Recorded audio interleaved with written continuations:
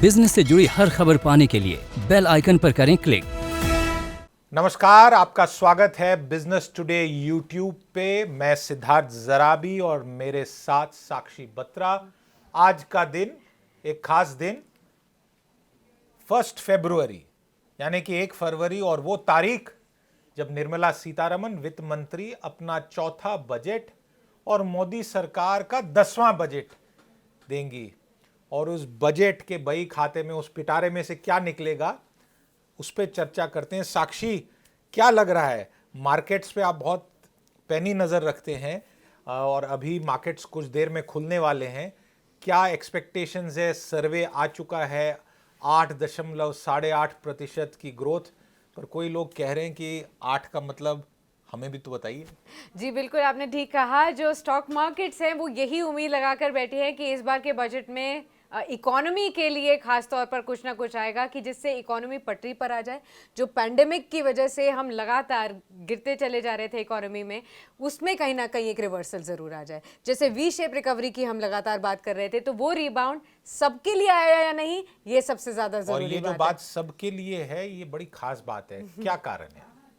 देखिए, मैं आंकड़े ज़्यादा नहीं देना चाहता हूं, बट यहाँ पे जीडीपी को लेके, सकल घरेलू उत्पाद के नंबर को लेके आंकड़ा देना पड़ेगा।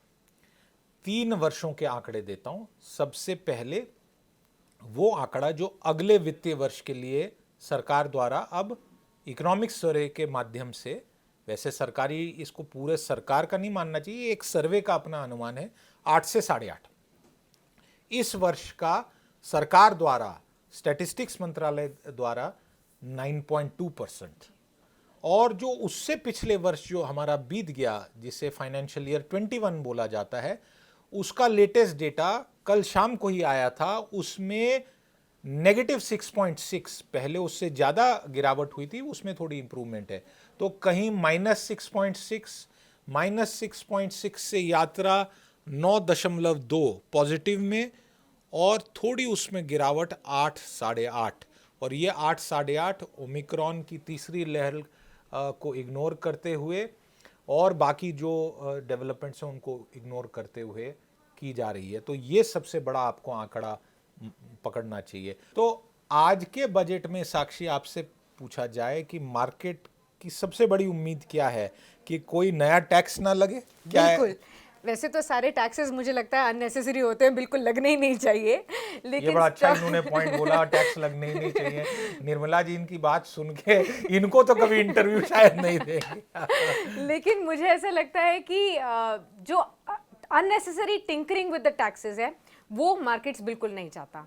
अगर आप एक स्टेटस क्वो बजट भी पेश कर देते हैं, जो कि हमने पिछली बार 1 in a century kind of a budget देखा था, और अगर उसे कंटिन्यू करके पॉलिसी सर्टेनिटी, टैक्स सर्टेनिटी भी अगर लेकर आएगी सरकार, ज्यादा उथल पुथल नहीं करेगी, तो भी स्टॉक मार्केट्स को पसंद आएगा। ये अच्छा पॉइंट साक्षी बता रही हैं, और इसको अगर चर्चा को आगे हम बढ़ाएं तो ये क्या पॉइंट है? पॉइंट ये है कि अगर आपने मुझे अपने बजट से कुछ दिया नहीं, यानी अपना नहीं है, हम सबका है, देश का बजट है, बट मेरी जेब से लीजिए मत, छोड़ दीजिए, बख्श दीजिए। 3 साल कोविड ने बहुत मार मारी है, और हर प्रकार के व्यक्ति को मार मारी है।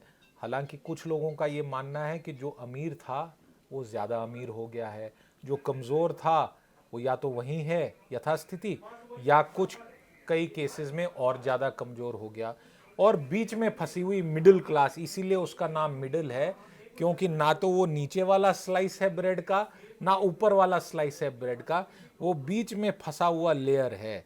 चाहे वो मक्खन की लेयर हो, कोई सब्जी की लेयर हो, बॉम्बे सैंडविच या वड़े पाव का वड़ा, वो वाली स्थिति है मिडिल क्लास की। इसलिए मिडिल क्लास की उम्मीदों पे अगर हम थोड़ा फोकस करें, तो एक बड़ा केस निकल के आ रहा है कि आपने, सरकार ने कॉरपोरेट्स को 2019 में एक बड़ा टैक्स में रियायत दिया, और उसका लॉजिक है, कोई पूंजीपति के जेब में पैसा भरा है ऐसा नहीं है। देखिए, उस प्रकार के दुष्प्रचार में मत जाइए।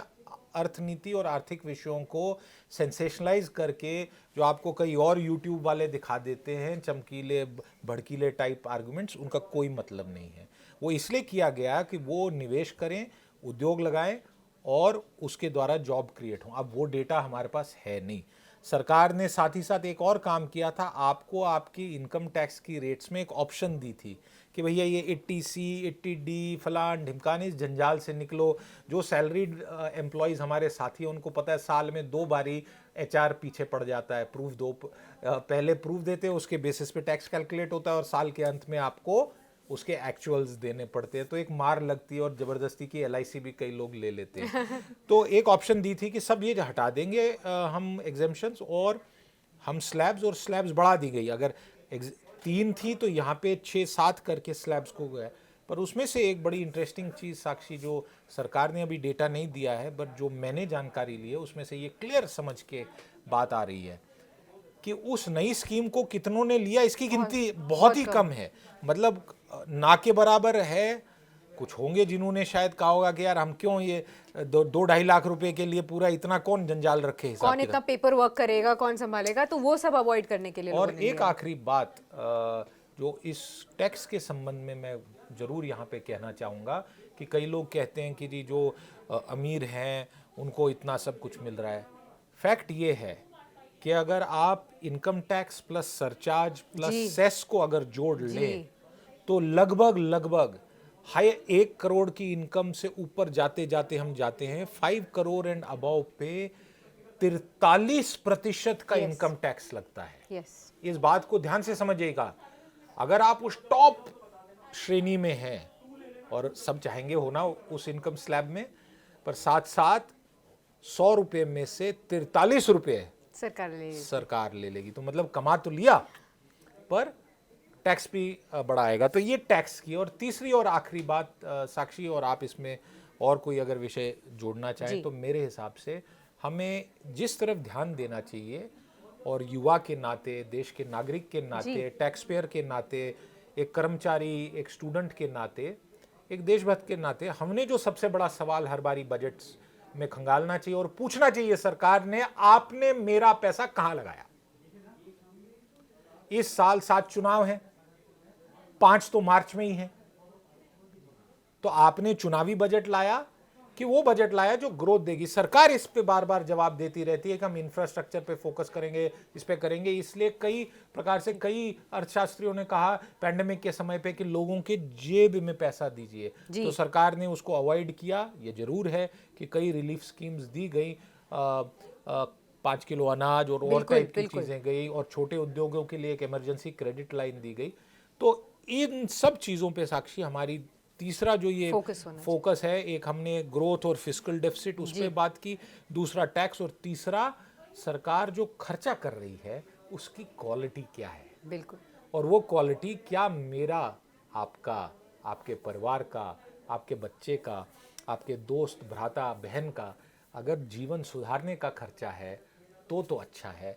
नहीं तो जब आपसे कोई टीवी कैमरा या यूट्यूबर या आपके मन से अगर खुद आप सोशल मीडिया पे जाके अपने विचार देना चाहे, हमारे साथ भी इस चैनल पे इस पे कमेंट कीजिए, नीचे आप अपना विचार दीजिए कि आप क्या चाहते हैं, और साथ साथ हम कुछ विश्लेषण भी करेंगे।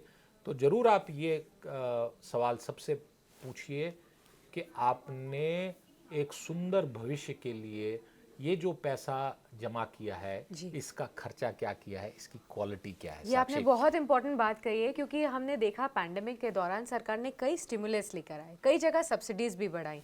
तो सब्सिडी देना भी एक तरीके का सरकार का खर्चा है। तो क्या लेकिन वो लॉन्ग टर्म में आपकी इकोनॉमी को फायदा देता है या नहीं, या फिर दूसरी तरफ का खर्चा जब आप एसेट क्रिएट करते हैं जिससे जॉब्स पैदा होती हैं, वो जरूरी है। और ये जॉब्स पैदा करने वाला देश का युवा ये कहना चाहिए कोई सब्सिडी मत दो, नौकरी दे दो, बिल्कुल, एब्सोल्युटली। और ये नौकरी देने वाला ही मोदी गवर्नमेंट का सबसे बड़ा पेन पॉइंट है, जो कि हर साल हम पूछते हैं कि जॉब क्रिएशन का क्या। इकोनॉमिक सर्वे ने बहुत ऊपर से इसके ऊपर बात की है और कहा है कि शायद कोई इतनी प्रॉब्लम नहीं है, लेकिन हम आपस में जानते हैं कि पैंडेमिक से कितने लोगों की जॉब लॉसेस हुई हैं, कितने सैलरी कट्स हुए हैं, और लगातार जो देश का युवा यही मानता है कि मेरी जॉब सिक्योरिटी के ऊपर मेरे को क्या मिल सकता है। चलिए, और यही जॉब्स की उम्मीद करते हुए आप सबको नमस्कार और धन्यवाद। हमारे साथ जुड़े रहिएगा और फिर ट्यून इन करिएगा बाकी जो जानकारी है बजट की, उसको देखने के लिए। नमस्कार। वीडियो पसंद आया तो हमें लाइक, कमेंट, शेयर और सब्सक्राइब जरूर करें।